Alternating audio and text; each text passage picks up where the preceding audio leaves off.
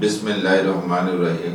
আজ বিশ্ব যুব দক্ষতা দিবস। ন্যাশনাল এমপ্লয়মেন্ট হিউম্যান রাইটস ফাউন্ডেশনের পক্ষ থেকে, সিটিজি টাইম এবং চ্যানেল কর্ণফুলীর পক্ষ থেকে দেশবাসী বিশ্ববাসীকে সালাম, শুভেচ্ছা, অভিনন্দন জানাচ্ছি। আজ বিশ্ব যুব দক্ষতা দিবস। যুবকরা যদি দক্ষতার সহিত কাজ করে, সে কাজে সাফল্য পাওয়া যায়। পৃথিবীর আনাচে কানাচে যুবকরা কাজ করে বিদায় আমরা অত্যাধুনিক সবকিছু দেখতে পাচ্ছি। আমরা ডিজিটাল পৃথিবী দেখতে পাচ্ছি। এটা যুবকের মাধ্যমে এটা সৃষ্টি হচ্ছে। আমরা স্মার্টফোন পেয়েছি দক্ষতার কারণে। আমরা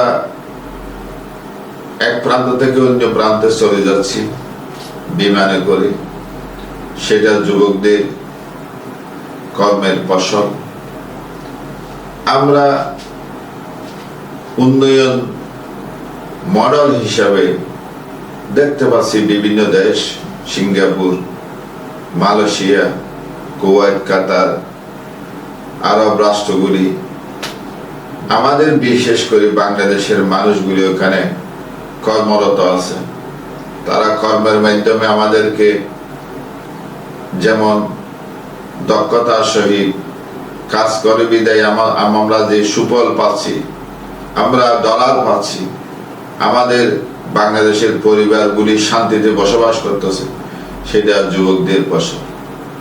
যুবকেরা কাজ করে বিদায় আজ স্বল্প উন্নত দেশের থেকে একদম একটা মডেল দেশে আমরা পরিণত হতে যাচ্ছি। আমাদের পৃথিবীতে আপনারা যেদিকে তাকান, মানুষের ছোঁয়া যেখানে লাগে সেখানে সৌন্দর্য বৃদ্ধি পায়। পৃথিবীর মানুষ, কর্মরত মানুষগুলি কর্মদক্ষতার সহিত কাজ করে বিদায় আজ বিভিন্ন দেশে আমরা অত্যাধুনিকভাবে অন্য এবং মানুষের দূরগোড়ায় আমরা অনেক সাফল্য পৌঁছে দিতে পারছি। আমেরিকাতে, লন্ডনে, আপনার কানাডা, চীন, রাশিয়া, বিশেষ করে চীনের মানুষগুলি খুবই দক্ষতার সহিত কাজ করে। তারা একটা প্রোডাক্টকে অতি উন্নত মানেরও করতে পারে, আবার একটা নিম্ন মানেরও করতে পারে। তারা একবার দেখলেই সেই দেখার সাথে সাথে সেই জিনিসগুলি, প্রোডাক্টগুলি তৈরি করতে পারে। পৃথিবীর যে কোনো জিনিস দেখলেই চায়না আমাদেরকে সেটা বাইর করে দিচ্ছে। তারা এত দক্ষতা তাদের বলা বাহুল্য। তাই আজ অনুষ্ঠিত হতে যাচ্ছে বিশ্ব যুব দক্ষতা দিবস। যুবকদের সম্মানার্থে আমরা কথা বলবো। যে দেশের যুবক পরিশ্রমী, দক্ষতার সহিত কাজ করে, সেই দেশের সাফল্য অনেক বেশি। মালয়েশিয়া আমাদের পরে স্বাধীন হয়েছে, কিন্তু তারা অনেক দূরে এগিয়ে গেছে আমাদের থেকে।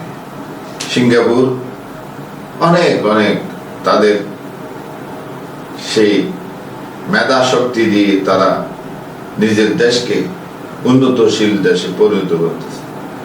আমাদের দেশে দুইটা কারণে আমরা দেশকে ধ্বংস করে দিচ্ছি।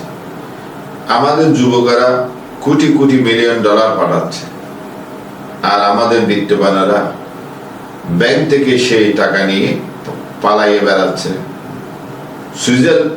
সুইস ব্যাংকে টাকাগুলি জমা রাখতেছে। আর বাংলার জমিনে কোনো ইন্ডাস্ট্রি হচ্ছে না। ইম্পোর্ট করতেছে, ইম্পোর্টের মাধ্যমে আনতেছে।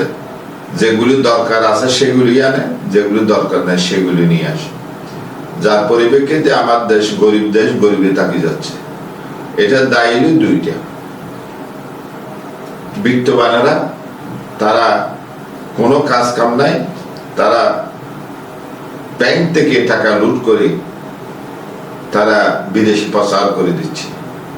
আর আমাদের বাইরে দক্ষতার সহিত যে ডলারগুলি আমাদের জন্য পাঠাচ্ছে, সেই ডলারগুলি তারা বিভিন্ন প্রোডাক্টের মূল্য বৃদ্ধি করে তারা কোটি কোটি মিলিয়ন ডলার তারা বিদেশে পাচার করে দিচ্ছে।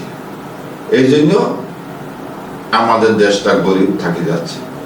আর সিঙ্গাপুর থেকে আমাদের দেশে উন্নতশীল দেশে অনেক আগে এগিয়ে যেত, এবং মালয়েশিয়া বলেন, কানাডা বলেন, যত দেশ আছে। কারণ আমরা পরিশ্রমী, বাঙালি জাতি পরিশ্রমী, বাঙালি জাতি মেধা শক্তির দিকে কম না।